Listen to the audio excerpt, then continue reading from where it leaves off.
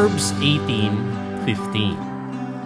An intelligent mind acquires knowledge, and the ear of the wise seeks knowledge. Sabi ng Proverbs ay ang matalinong tao ay patuloy na naghahanap ng katalinuhan. It is wise to search for wisdom, for knowledge continually. Kasi wala naman talagang point, wala naman talagang level na hindi mo na kailangan ng wisdom.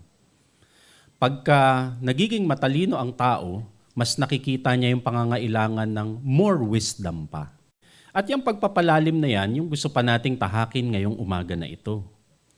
Maraming mga konsepto at mga terminology ang katuruan sa Biblia ang tinatanggap na lang ng kusa at walang pagtatanong. Maraming mga words, mga terminology, mga doktrina, sa daming beses na siguro naririnig ng madla, ng marami, hindi na itinatanong kung ano nga ba talagang ibig sabihin yan. Hindi na rin pinag-iisipan. Marahil ay mahirap ipaliwanag. Marahil ay tamad ng ipaliwanag. Pero yan nga yung gusto nating i-challenge ngayong umaga. Today, we will re-examine a concept, a terminology that we often hear, pero hindi kaanong napag-iisipan ano nga ba yun.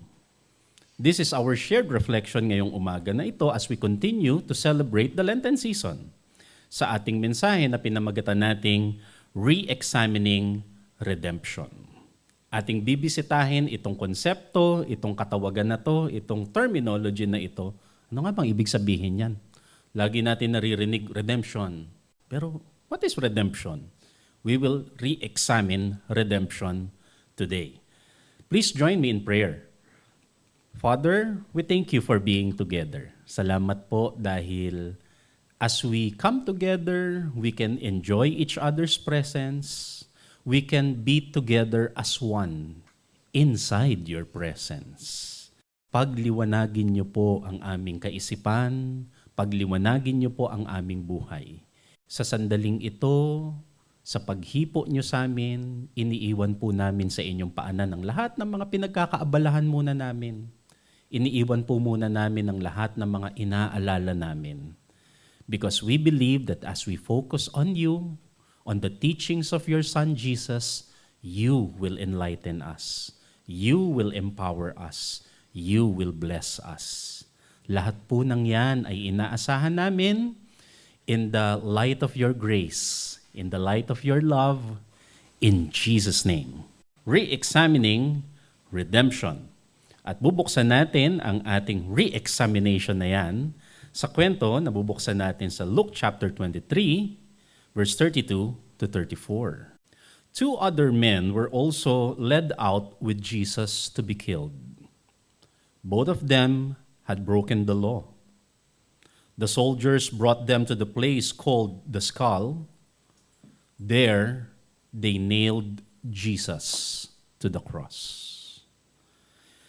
Jesus hung between the two criminals. One was on his right and one was on his left. Jesus said, "Father, forgive them. They don't know what they are doing." Sa tagpong ito, nagsisimula ang mga huling sandali ng sakripisyo ng Panginoong Hesus bago ang kanyang kamatayan. Sa pagpako daw sa krus ng ating Panginoong Hesus, may kasama pa siyang dalawang kriminal. Mga kriminal who had broken not only the civil law of their time, but they may also have broken the religious laws of their time. At si Jesus ay ipinako daw sa gitna nitong dalawang kriminal. So diyan nagbubukas ang ating eksena. We continue, verse 35 to 38. The people stood there watching. The rulers even made fun of Jesus. They said, "He saved others. Let him save himself if he is God's Messiah, the chosen one." The soldiers came up and poked fun at him. They offered him wine vinegar. They said, "If you are king of the Jews, save yourself." And a written sign had been placed above Jesus, and it read, "This is the King of the Jews." Habang nangyayari ang lahat ng ito, yung mga tao nakatingin lang. Itong mga tao na ito, halo-halo yan. Marami dyan, yung mga nag-uusisa. At marami rin dyan, mga nakaranas mismo, nakakita ng kung ano ang talagang ginagawang ministry at kabutihan ni Jesus. Gayunpaman, siguro dahil marahil sa kaguluhan or probably sa intimidation dahil mga authorities na yun nakatayo, nandun lang sila nanunood. But one thing is clear, the rulers, yung mga namumuno, specifically the religious leaders, na siya talagang nagpasimula, nagtutulak na mabigyan ng death sentence si Jesus. Sabi nila, hindi yan yung chosen one. Hindi yan yung Messiah. He is not the Christ. Yun kasi yung Christ Ang ibig sabihin ng Christ, chosen one. It was derived from a Greek terminology. Kung yung sariling religious leaders nung kanilang lahi, ginaganon si Jesus, how much more yung mga Roman authorities na hindi nila kalahi. Kaya pati sila nakikiabuso na rin. Ikaw nga, hindi ginagalang nung kalahi mo eh. O di hindi ka rin lalo igagalang. Inuupakan nila, tinutorture nila si Jesus habang nakapako na nga. And to make things worse, to make his suffering even more humiliating, uminom ka, di ba nauuhaw ka? Pero ang ino-offer nila maasim na alak, yung halos suka na talaga siya. Ganun ang ginagawa nila. Kasi nga, kung yung religious leaders na dapat kakampi mo dahil kalahi mo, ginaganyan ka. Di kami rin. If you are king of the Jews, panlait nilang sinasabi, save yourself. Kasi nga ang point, hindi ka kinikilala ng sarili mong lahi. Hindi ka kinikilala ng sarili mong mamamayan. You are not Christ, you are not the chosen one, you are not the Messiah. Yung chosen one na yan, the chosen one, yung term na Christ is taken differently from the perspective of the Jewish people, especially the Jewish religious leaders. Ibang-iba ang pagtingin nila sa ibig sabihin ng Kristo, sa ibig sabihin ng Christ, the chosen one. Particularly, the Jewish people sees the Christ as a political leader. Actually, ang nasa isip nila, ibang-iba doon sa Christ na iniisip natin ngayon. Ang sinasabi nilang Christ, the chosen one, isang king from the lineage of David. Kasi yun naman yung itinuturo sa kanila way back from the Old Testament. Nung bumagsak ang kaharian ng Israel, nahati sa dalawa, umaasa sila na babalik yung golden age na paghaharian ulit tayo ng isang direct line of David. The golden age will resume ng monarchy. So hinihintay nilang Kristo, ang hinihintay nilang Christ is someone, a king from the lineage of David. So dapat itong person na ito na hinihintay natin, dapat may royal bloodline. Dugong bughaw. Hindi lang kung sino-sino. Kasi kailangan niyang maging dugong bughaw, maging royal bloodline, kasi dapat may claim siya sa throne. Yun yung iniisip nilang Christ. Kaya ganun din ang pagtingin ng mga mamamayan nung unang panahon kay Jesus. Verse 41 ng John chapter 7, other people said, He is the Messiah. So, yung iba buy-in na siya yung Christ, si Jesus. While the others said, the Messiah will not come from Galilee. Paano magiging Messiah yan? Di ba taga-Galilee yan? Pero according sa mga kwento nga, si Jesus ay pinanganak sa Bethlehem kasi napadaan sila doon. The Messiah will not come from Galilee. The scriptures say that the Messiah will come from the family of David. Si Jesus ba from the family of David? Kasi nga, tatay daw niya si Joseph. Pero does he share his blood? Actually, kung tutuusin, wala. Kasi nga, hindi naman nag-meet yung reproductive process ng sperm cell and egg cell. Jesus was born of the Holy Spirit. So, maraming differentiation. Maraming iba-ibang pagtingin. And they say that he will come from Bethlehem. Ayun na nga. Alam nang, as far as everyone is concerned, di ba taga-Galilee yan? Kilala natin yan eh. Taga dito yan eh. Hindi, di ba may mga missing years? Na according sa missing years, dumaan siya sa Egypt, dumaan siya sa Bethlehem. So, kawing-kawing yung mga kwento. The point is, iba-iba yung pagtingin ng mga tao kay Jesus kasi iba yung inaasahan nilang Christ. Yung Christ na inaasahan nila dapat magiging king. Isang tagapagmana from the line of David. As in literal line. Dapat may royal bloodline siya. It is clear that the Jewish leaders did not recognize Jesus as the chosen one. And as a matter of fact, yung signage, di ba, binasa natin kanina, may signage na nilagay doon sa ulunan nung krus na nakalagay, "This is the King of the Jews." If you remember the story, pinapatanggal nga yun ng mga Pharisees. Protesta pa nila yun kay Pilate. At naiinis na si Pilate. Ang dami-dami yung request na ikabit na yan. Kung ano yung nakakabit yan, yun na yun. Pinapatanggal nila kasi nga baka maniwala yung mga dumadaan na baka sabihin nga king namin yan, hindi nga namin siya king. Paulit-ulit namin binabanggit. Pinipili talaga nila, he is not the chosen one, he is not the Messiah, he is not the King of the Jews. Wala siyang kinalaman sa aming Jewish belief. Sabi ng mga religious leaders, sabi ng mga Jewish people. The point here is, yung iniisip nating Christ, hindi yun yung iniisip nilang Christ nung unang panahon. On the other hand, according to Jesus and those who really understood the ministry of Jesus, Christ is the chosen one who takes away the sins of the Jewish people. Jesus says clearly that that is not the Christ that I'm referring to. Ang Christ na tinutukoy natin is someone who will take away the sins of the Jewish people in particular. Bakit Jewish people specifically ang kailangan tanggalan ng sin? Because according to the Jewish law and the Jewish covenant of the Jews with Yahweh, death is the punishment for sin. Ayon sa kanilang kautusan, ayon sa kanilang tipan, ang parusa ng kasalanan ay kamatayan. Kaya kailangan silang i-redeem. Ezekiel chapter 18 verse 20, "The soul who sins shall die." Romans chapter 6:23, "For the wages of sin is death." Ang kabayaran ng bawat kasalanan, kamatayan. But the gift of God is eternal life in Christ Jesus our Lord. So kailangang tubusin itong mga mamamayan, itong lahi. Kasi yun yung covenant nyo eh. Yun yung law ninyo eh. Therefore, you have to be redeemed with death. So, paano ngayon ginampanan ng Christ yung pag-alis ng kasalanan na yon? Paano ginampanan ng Christ yung kanyang role? Jesus the Christ takes away the sins of the Jewish world by paying the penalty required under the Jewish law.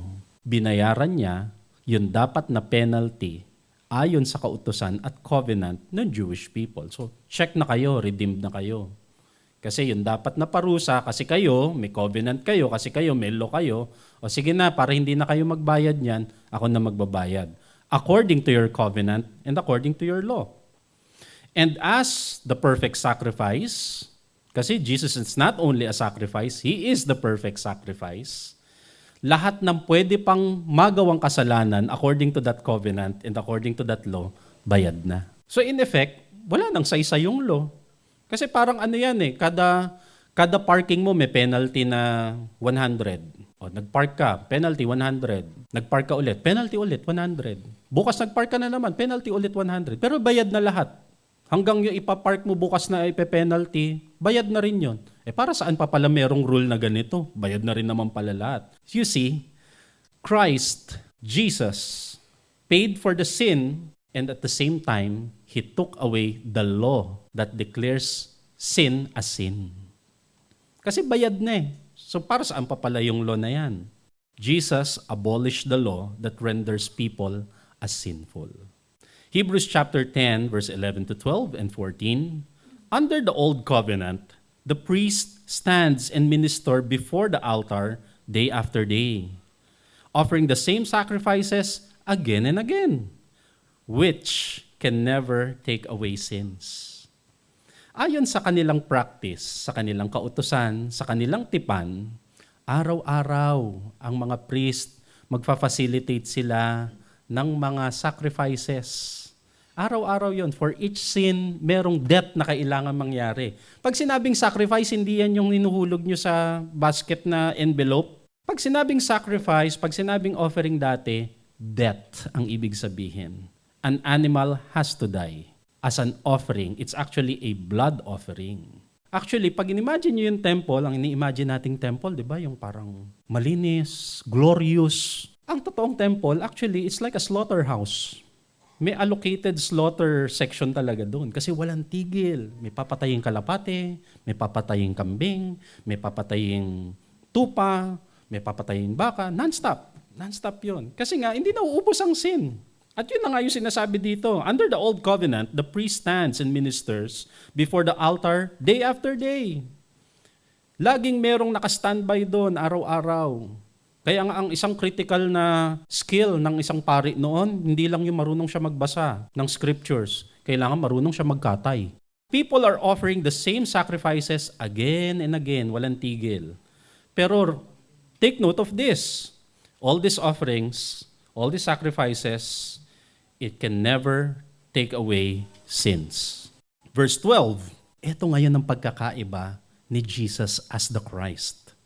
But our high priest, but our Jesus, our Lord and Savior Jesus, He offered Himself to God as a single sacrifice for sins, good for all time. Tapos na, isang sacrifice na lang. For by that one offering, He forever made perfect those who are being made holy. And as I have said, kung perfect na pala yung isang offering, ano pa ngayon ang sin? Ano pa ngayon ang kailangang ipag-offer, ipag-sacrifice because of sin? And i-offer na nga. Jesus took away the sins of the world as the Christ by paying the penalty, and number 2, rendering the law as senseless. Hindi na siya kailangan. At hindi lang yun. Kasi ang pinag-uusapan natin specific sa aspeto ng Jewish people. Kasi sila naman yung people of the law eh. Sila naman yung people na nakipag-covenant, na ganun ang usapan kasi. Ba't kasi kayo nakipag-usap ng ganyan? For every sin may death. Hindi man lang kayo tumawad. Well anyway, what's done is done. Pero sila yun. Doon effective yung ministry ni Jesus na ganun. But aside from that, Jesus went beyond redeeming the Jewish people. Yung ginawa ni Jesus, hindi lang para sa ancient Israel, hindi lang para sa Jewish people of the New Testament, para din yun sa ating lahat. Jesus actually gave His life to redeem the whole world. Paano magiging effective yun sa atin? Hindi naman tayo nakipag-covenant. Sila lang naman yun. Hindi naman tayo people under the law. Iba ang law ng Pilipinas. Saan tayo nire-redeem ngayon ni Jesus? Kahit hindi tayo people of the covenant, kahit hindi tayo people of the law, Jesus redeems us from guilt, from shame. Jesus redeems us from condemnation. Jesus redeems us from judgment, from fear, and oppression. Kasi hindi naman laging death.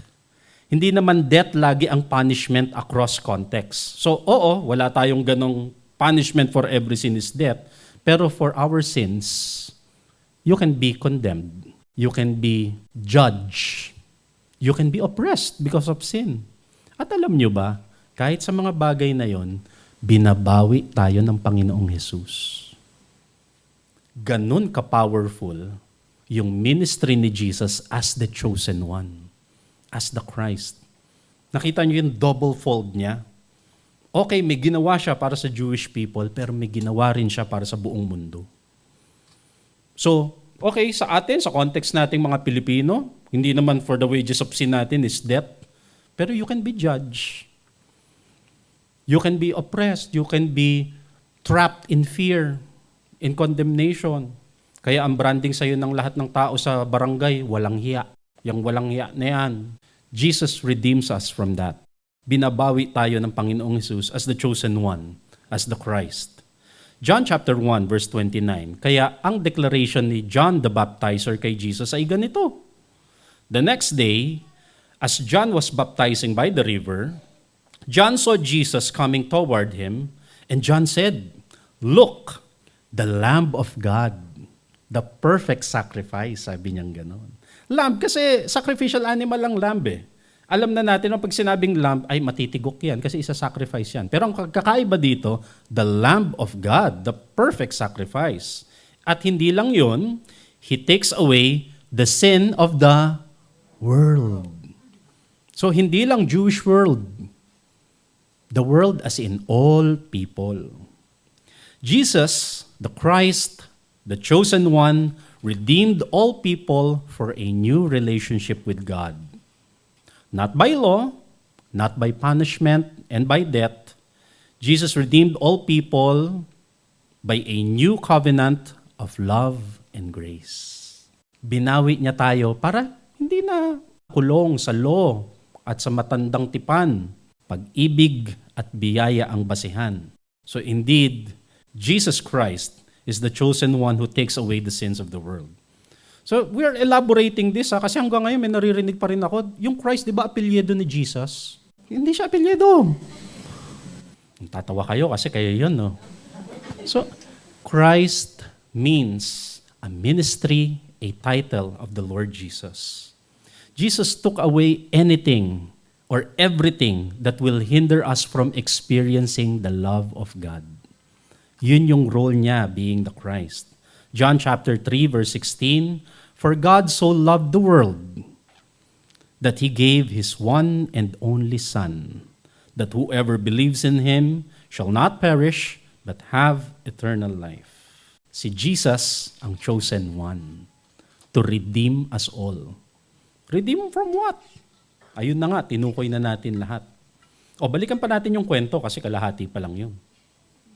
Verse 39 to 43, one of the criminals hanging there made fun of Jesus. Remember, si Jesus ay ipinako sa pagitan, sa gitna ng dalawa pang kriminal. Isa sa kanyang kanan, isa sa kanyang kaliwa. And one of the criminals made fun of Jesus. He said, "Aren't you the Messiah?" Ayan na naman. Diba? "Aren't you the Messiah? Aren't you the Christ?" Diba ikaw yung Kristo? Save yourself, save us. Kasi nga, iba ang unawa talaga nila noon. But the other criminal scolded him. "Don't you have any respect for God?" he said. "Remember, you are under the same sentence of death." Pare-pareho lang tayong may death sentence dito. Bakit mo siya ginaganyan? Pare-pareho lang naman tayong naghihintay na lang ng kamatayan natin. We are being punished fairly. We are getting just what our actions call for. But this man hasn't done anything wrong. Tayo talaga may death sentence, pero consider mo naman, ito nga walang kasalanan. So siya mismo, alam niyang napag-initan lang yan ng mga religious leader.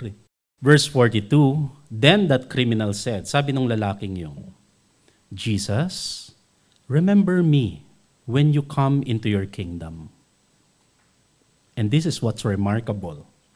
Jesus answered him, "What I am about to tell you is true." Alam mo, ito lang ang isasagot ko sa iyo na totoong totoo. Today, you will be with me in paradise. Jesus said yes. Jesus said yes.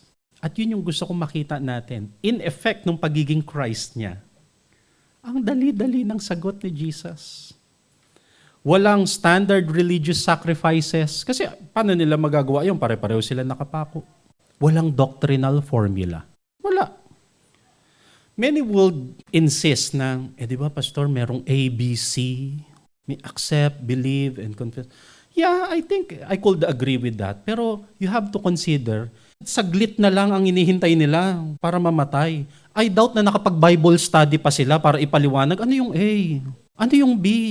Ano yung C? Marami nga nagtatanong pa rin hanggang ngayon, Pastor, tumanggap ba? Pastor, hindi siya tumanggap. Abay, bakit? Kasi nasa B pa lang siya bago siya nalagutan ng hininga. Jesus said yes. Yun yung gusto kong makita nyo. In a very simple request. Malamang siya mismo hindi na niya naiintindihan kung ano yung tinutukoy niya. Ikaw naghihingalo ka na. In pain. Nilalasing-lasing pa kayo ng suka na wine.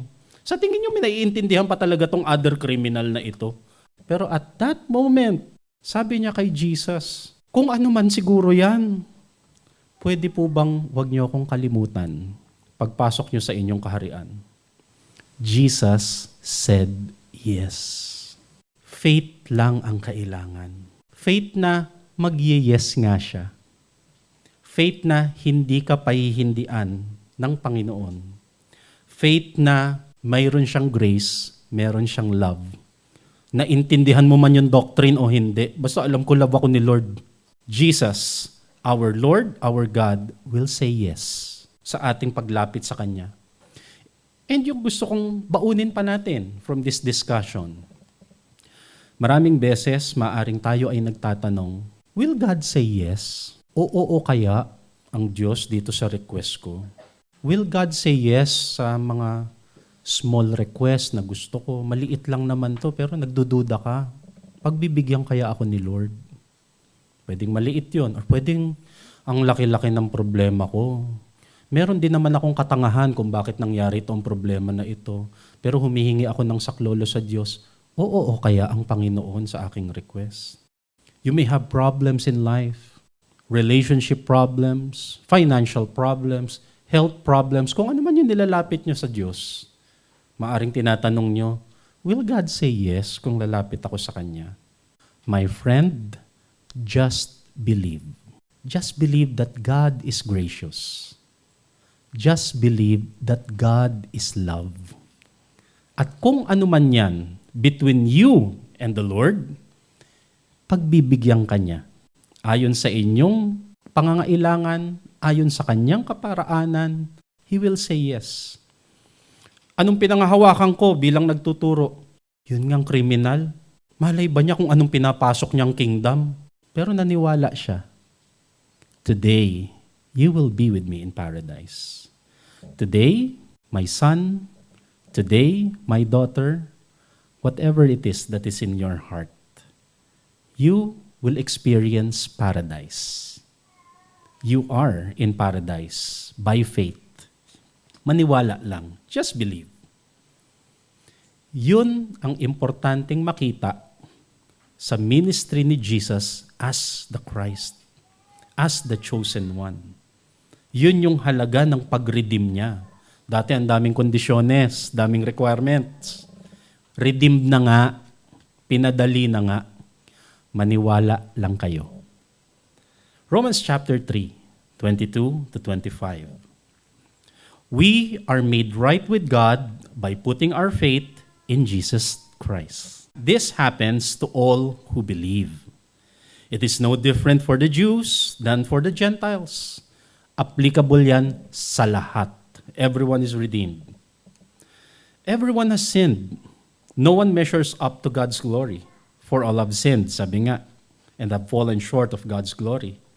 But, verse 24, the free gift of God's grace makes us right with Him.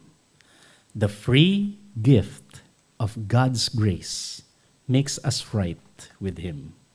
Christ Jesus paid the price to set us free. God gave Christ a sacrifice to pay for sins through the spilling of His blood. So God forgives the sin of those who have faith. Kung may duda man kayo, makakalapit kaya ako? Papansinin kaya ako? Pagbibigyan kaya ako? Wala na dapat tanong. Because the Christ made and completed the redemption. Jesus redeemed us all. Father, marami pong salamat sa inyong ministry na binuksan para sa aming lahat through your Son, Jesus. Hindi simple, hindi madali. Our Lord Jesus spilled His blood for us. He paid the price to redeem us from death, from oppression, from fear, from condemnation and judgment. Binayaran niyang lahat yun para sa amin. Salamat po sa inyong pag-ibig. At ayon din po sa pag-ibig na yan, sa ginawa ng aming Panginoong Hesus, maglalakas loob po kami na lumapit sa inyo. Naniniwala kami na sa aming paglapit, diringgin nyo ang aming tawag. That even before we even finish praying, you have already answered our prayers. Because you are good, you loved us, and your mercies endures forever. And altogether, we will praise you with all our lives for your goodness and for your love. Muli, Ama, salamat sa aming Panginoong Hesus, our Christ, our Redeemer. In Jesus' name.